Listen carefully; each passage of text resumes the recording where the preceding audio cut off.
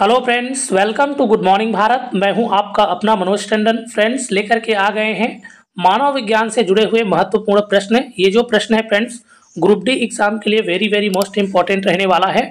तो इसको हम लोग रिवीजन के रूप में, वन लाइनर के रूप में आपके सामने लेकर के आए हैं फ्रेंड्स। चलिए एक एक करके हम इन प्रश्नों को देखते जाते हैं, क्योंकि ग्रुप डी का एग्जाम है वो बहुत नज़दीक आ चुका है फ्रेंड्स। तो क्या करना है, हमको इसको जल्दी जल्दी कवर करना है। प्लेटलेट्स की मृत्यु होती है। प्लेटलेट्स की मृत्यु कहाँ होती है फ्रेंड्स? तो प्लीहा में, जिसको हम लोग स्प्लीन भी बोलते हैं या तिल्ली भी बोलते हैं, इसमें क्या है भैया, प्लेटलेट्स की मृत्यु हो जाती है। रक्त का थक्का जमाने में सहायक विटामिन है। रक्त का थक्का जमाने में कौन सा विटामिन सहायक है फ्रेंड्स? तो विटामिन के क्या है, रक्त के थक्का जमाने में काम आता है। अगला प्रश्न लेते हैं। रुधिर का तरल भाग होता है। रुधिर का जो तरल भाग होता है वो क्या होता है फ्रेंड्स? तो प्लाज्मा होता है रुधिर का तरल भाग।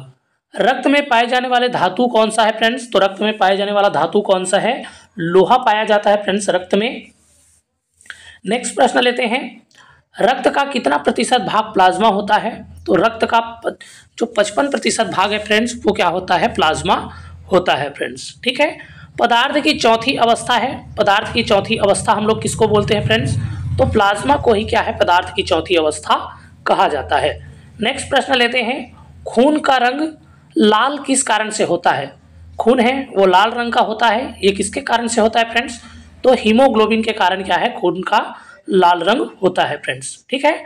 ब्लड बैंक कहलाता है। ब्लड बैंक किसको कहते हैं? तो प्लीहा को ही हम लोग क्या बोलते हैं, ब्लड बैंक बोलते हैं फ्रेंड्स। आरबीसी का कब्रिस्तान किसे कहते हैं? तो प्लीहा को क्या कहा जाता है? आरबीसी का कब्रिस्तान कहा जाता है। रेड ब्लड सेल्स का क्या है, कब्रिस्तान कहा जाता है फ्रेंड्स। ठीक है। किस ताप पर ब्लड बैंक में रक्त सुरक्षित रखा जाता है फ्रेंड्स? तो 40 अंश जो फ़ारेनहाइट तापमान पर ब्लड बैंक में क्या है, ब्लड को सुरक्षित रखा जाता है। अगला प्रश्न लेते हैं। रक्त समूह की खोज किसने की थी? तो रक्त समूह की खोज किसने की थी फ्रेंड्स? तो लैंड स्टीनर ने की थी। कार्ल लैंड स्टीनर ने क्या है, रक्त समूह की खोज की थी।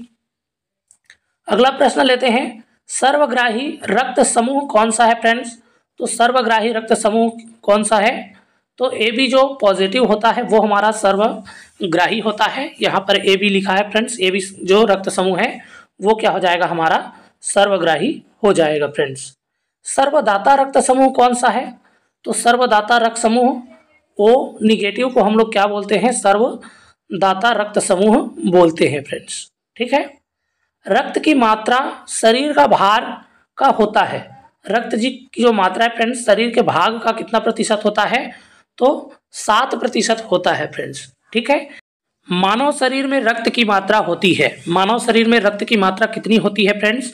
तो लगभग क्या है, 5 से 6 लीटर मानव शरीर में रक्त होता है फ्रेंड्स। अगला प्रश्न है। RH फैक्टर का संबंध है। RH फैक्टर का संबंध किससे है फ्रेंड्स? तो रक्त से ही संबंधित है RH फैक्टर। ठीक है।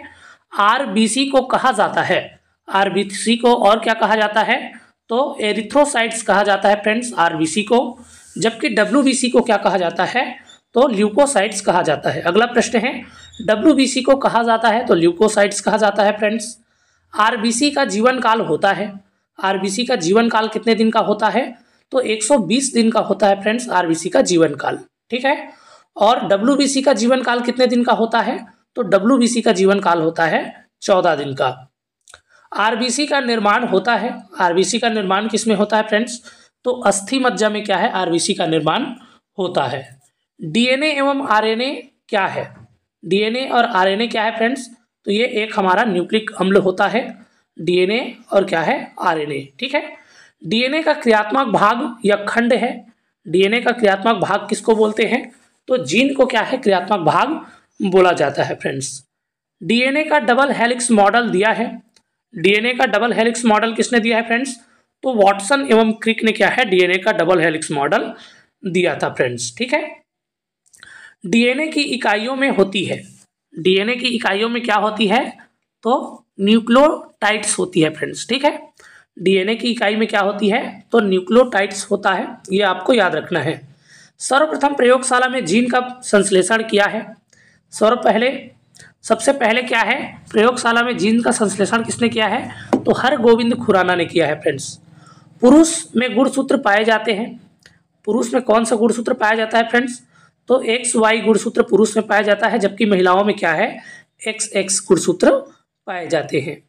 एक लड़का पिता से क्रोमोसोम पाता है, ठीक है, 22 प्लस एक Y क्रोमोसोम क्या है, पाता है फ्रेंड्स, ठीक है।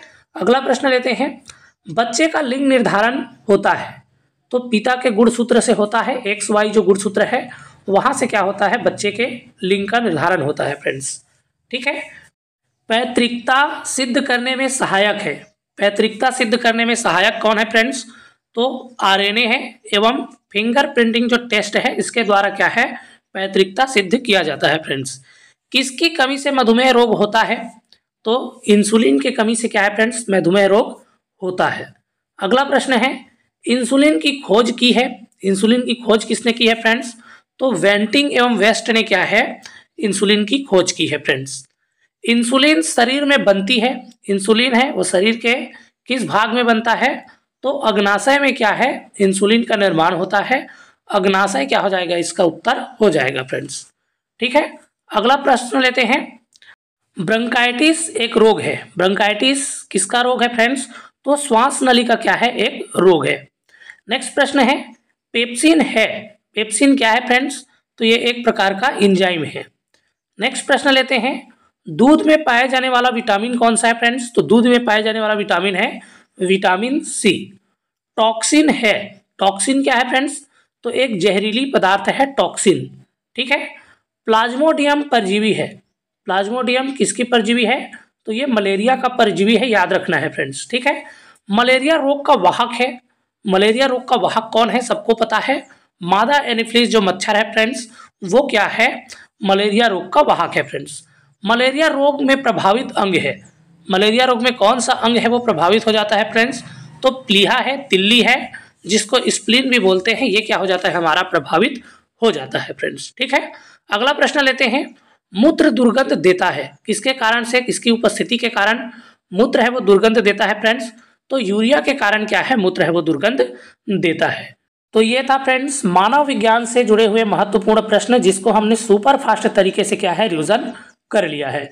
नेक्स्ट वीडियो का आपको इंतजार करना है फ्रेंड्स, तब तक के लिए आपको क्या करना है, ये जो पहला वीडियो है इसको क्या है, पूरे रट लेना है फ्रेंड्स, क्योंकि कोई ना कोई प्रश्न क्या है आपको ग्रुप डी में दिखने वाला है। चलिए तब तक के लिए जय हिंद, नमस्कार, वंदे मातरम।